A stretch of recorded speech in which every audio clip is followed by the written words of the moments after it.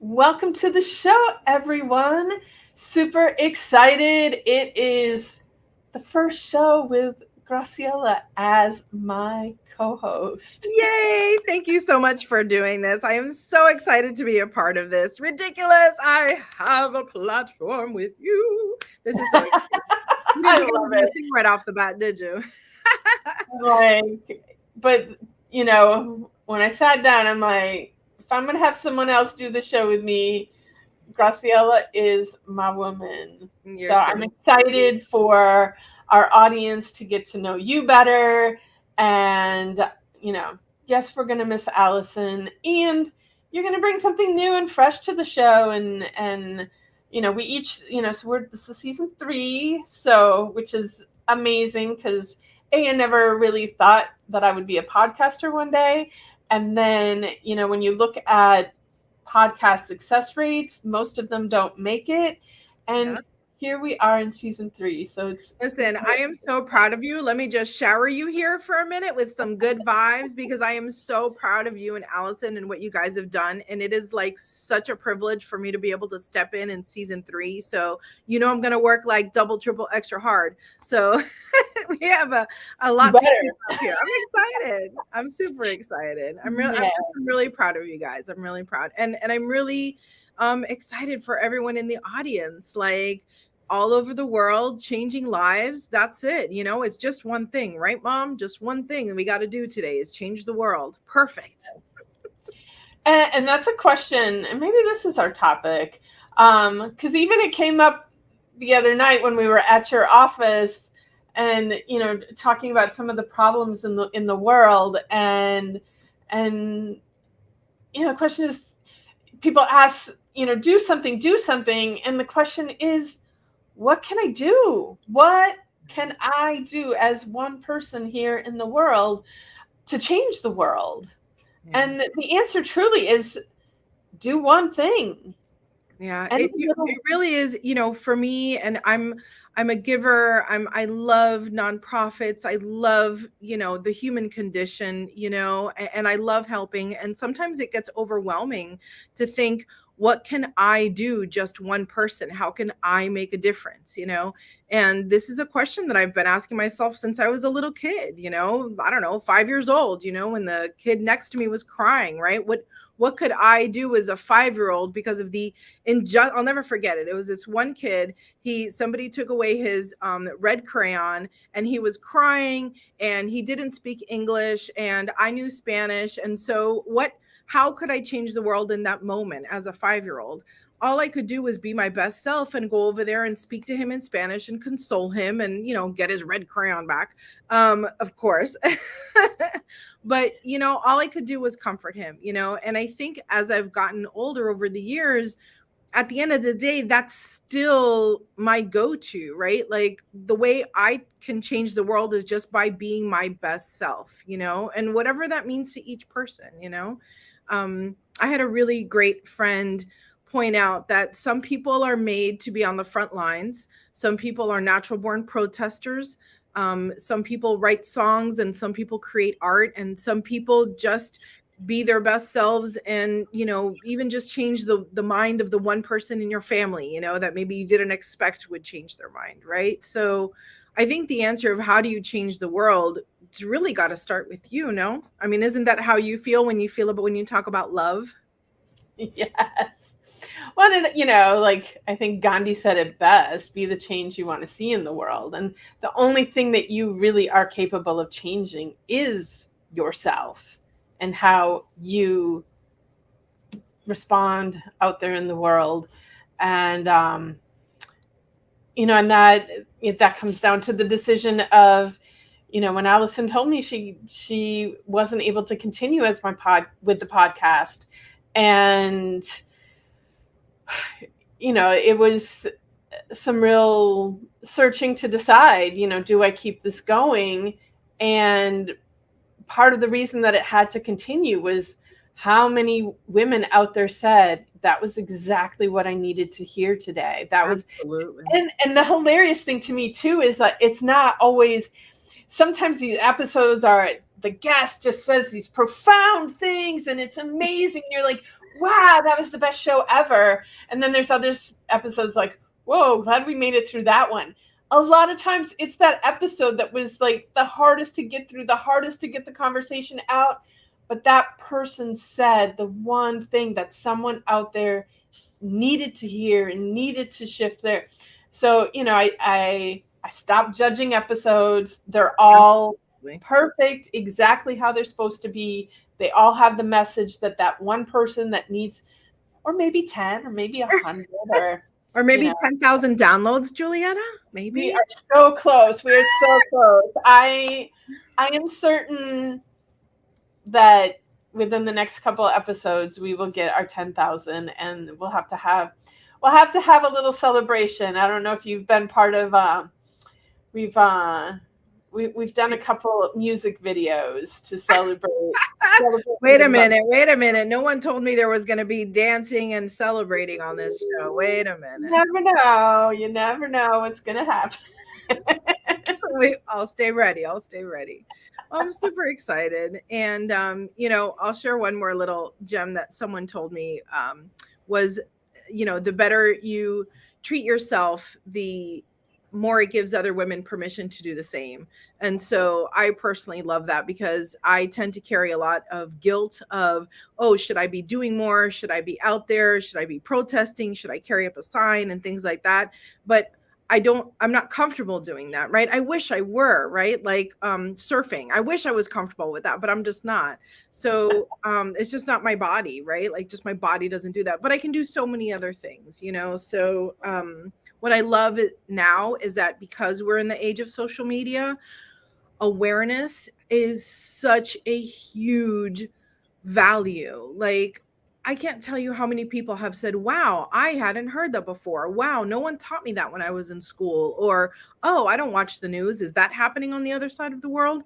And so for as much as social media has, negative aspects, I absolutely love it. I think if you use it for good, you can share lots of messages all over the world super fast. And particularly with everything that's going on in the world right now, I think it's really important. So, at a minimum, you could share, Yes. All right. Are you ready for your first guest, Graciela? Super. This is going to be so amazing. All right. Let's bring Kristen on. Welcome to the show, Kristen. Hi. Gosh, Graciela, I didn't realize I was the first guest. Makes this extra exciting. It is extra exciting. Welcome. Thank you. Will you please take a moment and tell our audience a little bit about you, what you do, what makes you special in this world? Okay. So I am Kristen Swinehart. I am actually a recovering attorney. So I did practice law in the state of Florida. And now I am a psychic medium. So my little joke is I used to represent the living and now I represent the dead. I actually prefer working with the dead better. That's terrific.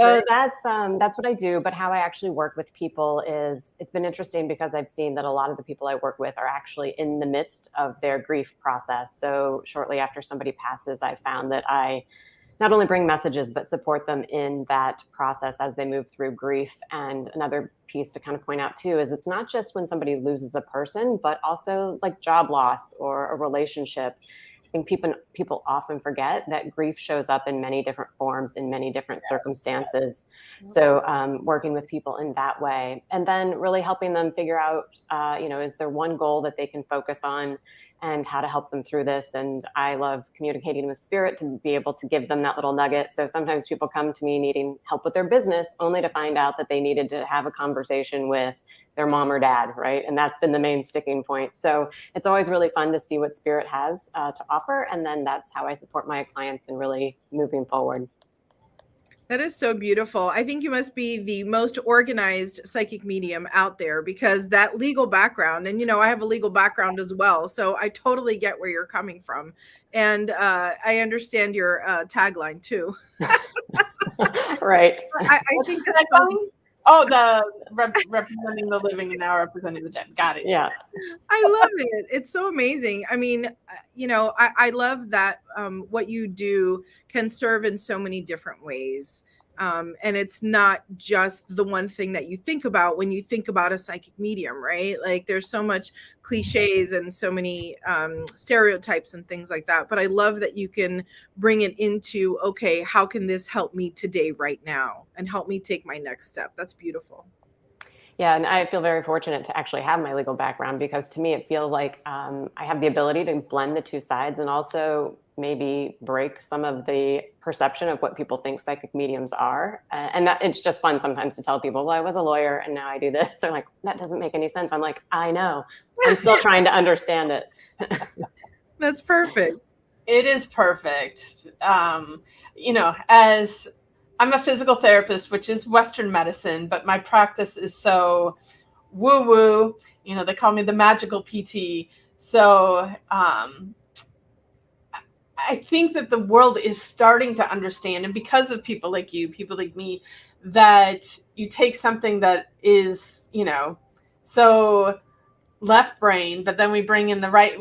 They can cohabitate, they can live together, they can work together. And I think that does open up people more to that spiritual, metaphysical realm that many have been like, no, that's not real, it doesn't exist.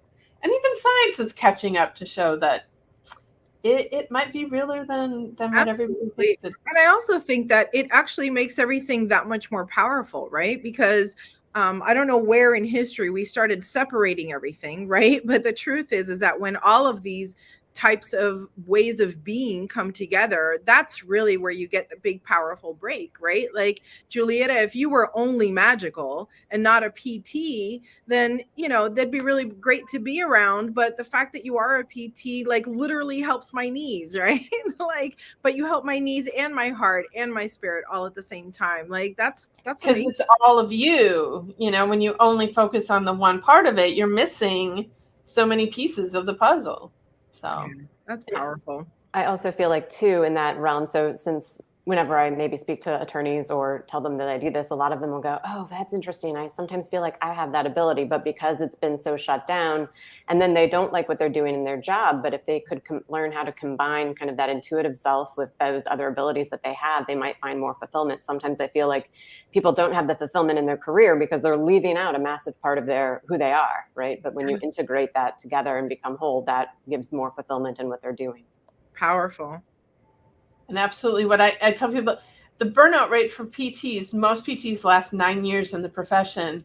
And I've been here 31 years now. And a lot of that is because I was able to bring both sides together. And that does fulfill me and allows me to love what I do 31 years into it.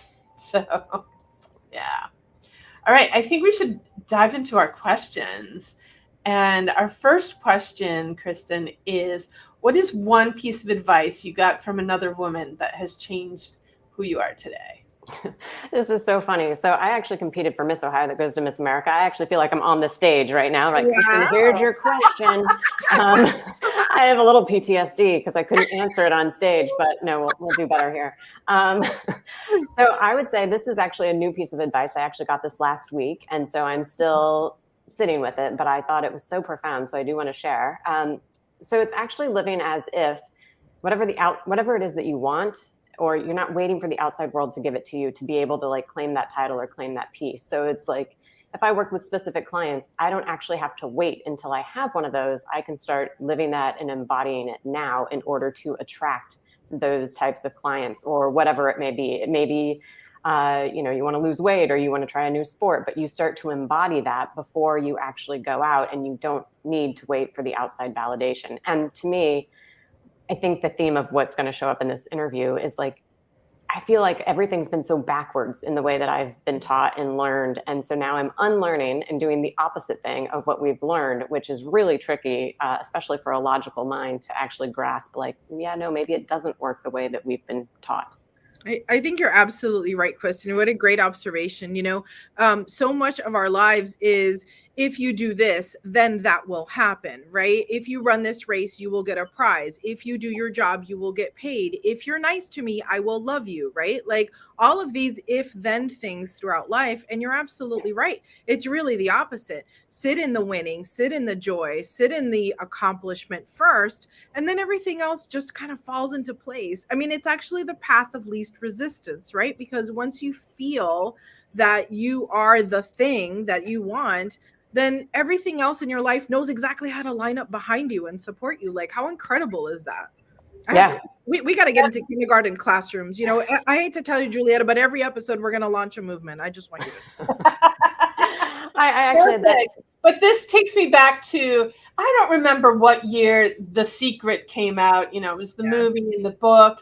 And that was the people that were further along on the path. That was their big complaint, that the component that was missing was that you have to, you know, when you decide what you're trying to attract into your life, it isn't just about thinking about it.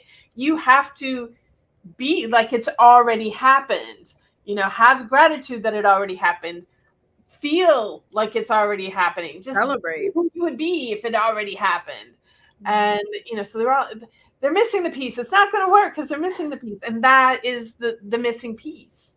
And so there you have it all. The secret has been revealed. I kind of feel like it's been there all along, right? And probably when we were really, really little, we knew it. And then it kind of just got tricked out of us, you know? But you know what I'd love to hear, Kristen, because I love what you do so much. And I'm so excited. For those that don't know, Chris is going to be coming to the studio in October, and we're going to do a live event here. I'm very excited. She's coming in from out of town. So that's really cool. And I thank you for that. But I want to hear one of your like awesome success stories. Like, give me one of your stories with your avocation that just keeps you so passionately drawn to it and, you know, really, really, you know, attaches you to it and keeps you moving forward. I actually feel very fortunate that almost every reading I do, something happens where I'm blown away and I just am amazed at the way spirit works. So that's one, I mean, like literally every call. And then I always tell my clients, you've got to let me know what if this thing happens or like what happens. So a lot of times it's just the anticipation of hearing a story, but they range from everything from a woman I did a reading for about a month or so ago, saying that it was the first time she had talked to her brother in 5 years because her mom came through and wanted them to reconnect. And so that was the first time she had reconnected with her brother in 5 years. And I mean, you can't put a price tag on that, right? That finally a family dynamic is coming back together. So that's one example. Another one was I had a woman come to me for something to work on in her business, and she was in my longer term coaching program. Well, it turns out in less than 6 months, she wasn't really looking for a relationship. She knew a bunch of them hadn't worked. But within that 6 months of working with me, she met her future husband. So they are now married and they are expecting their first child, and everything happened very quickly. That was not like a foreseen outcome of the coaching program, you know? So those are the things where it's like, okay, well, that's pretty big news. So she's actually become a friend of mine, and it's really fun to be able to see the impact of something where I, in a million years, would not have guessed that would have been part of the result of working with spirit through me. You'll have to put that down as the VIP program, life rate, you know, VIP program only. Yeah, and it's kind of funny because I typically don't work with people looking for like relationship information because I feel like, oh, those waters are a little tricky to navigate. So if you have a business problem or something, come to me and maybe we'll figure out your relationship piece. But I don't technically market myself that way. But yeah, you never know. But I think those kind of things too, it's like it's what keeps me doing what I'm doing and loving it. And I see that in your work, Graciela, as well. It's like when you get that feedback from your clients, it's just, that's the magic that keeps you going. Yeah. So this is our one carryover from last season. It's been just a part of every season because we're all book lovers here. So what is one book that you wish every goddess would read and why? Okay, so another recent one, which is, you know, I have tons of books and information and things I've learned along the way, but for me, it's been this recent exploration of, again, this opposite thinking. So the book I would recommend is The Surrender Experiment by Michael Singer. And essentially the premise is he learns how to surrender to the things that show up in his life. And so it could be everything from maybe somebody asks you to go get a coffee, but you really don't want to for whatever reason, and you're kind of controlling. But like, little did you know, if you actually went to that coffee, maybe they had the contact for the person that you needed to meet that then did the thing, right? So learning how to surrender. And again, the premise is kind of like, what if life actually has a better plan for you than you do for yourself? So if you surrender into those moments where normally you'd try to control for whatever reason, that you could be missing out on the best. And so he like recounts a bunch of his life, and it goes into like building a massive tech company worth like billions of dollars that we would never have known happened because he said yes to something he really didn't want to do, and all of the magic within it. So again, kind of looking at those moments where we have an opportunity to go, you know what, I don't really want to do that, but maybe I'll give it a shot and then see what happens. Isn't that beautiful? That's amazing. What a great book. You know, I accidentally said yes to an outing that I was not really, you know, super excited about going to. I was like, yeah, all right, I'll go. And 17 years later, my partner and I have 4 kids all together, grandkids and everything. So yeah, I totally get that. I totally get that. That's awesome. Yeah, I've spent times where I just say yes to, and in our last episode, we talked about this a little. There's a difference between saying yes to everything. Like, no, you don't have to say yes to everything. But when an opportunity shows up, just say yes and see what happens, because you don't know. And it goes along with my motto is the universe is conspiring in my favor.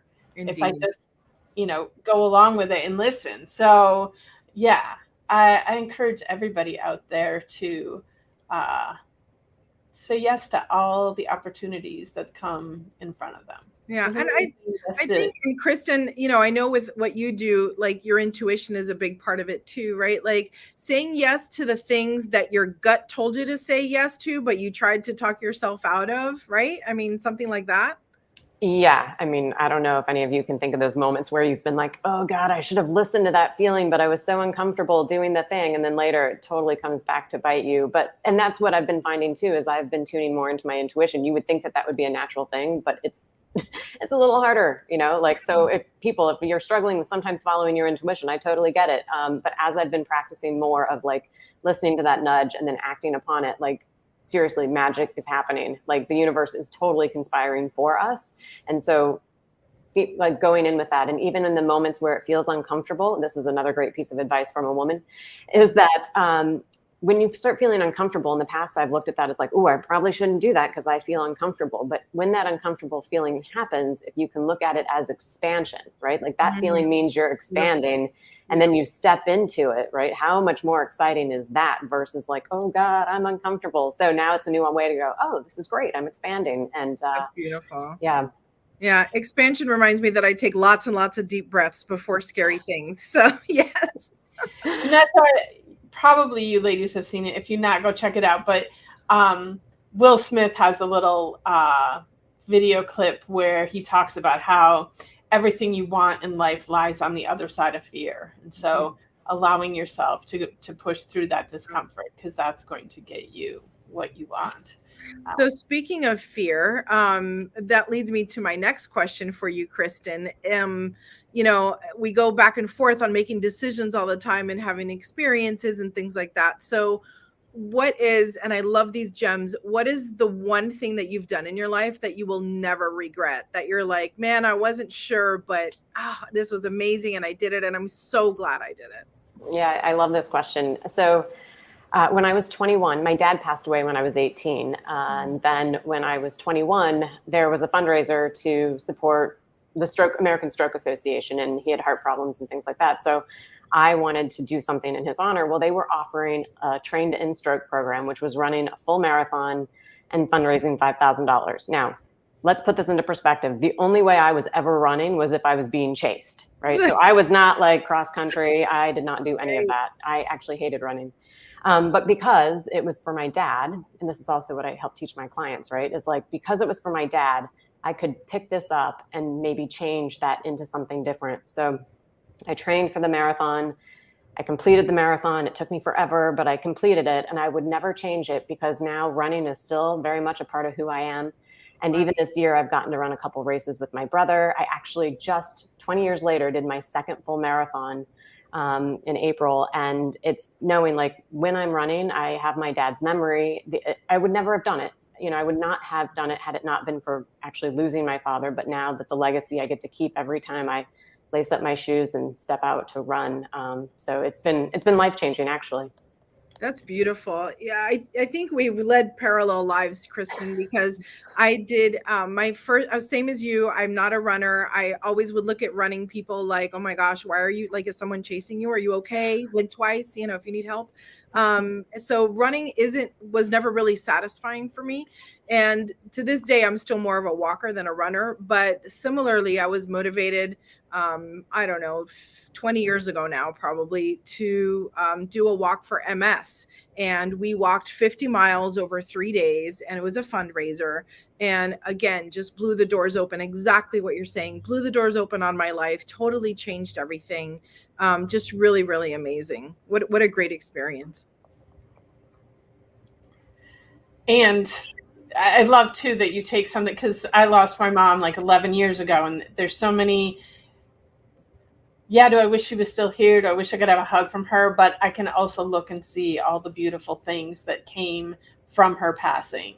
So I love that someone else is also looking at what good came out of this, because there is always good in everything. You just have to look for it and see it. So yeah, and I'm actually, that's kind of the tagline of my work now, is finding the gifts and the gold in the muddy waters of grief, right? Because when you can find something or associate with something that actually came out of that grief, to me, I mean, and granted, look, I get it can take a long time. My dad passed almost over 20 years ago, right? And I still have those moments. But when I can latch on to those little nuggets that he gave me because of the passing and what I found in the grief, I mean, it changes the perspective. Grief is really an interesting thing. And Juliet, if we have a few more minutes, I would like to just chat a little bit more about that. Like, I love that you brought up how grief isn't just the loss of a loved one, but it could be a significant change in your life, right? Like losing a job.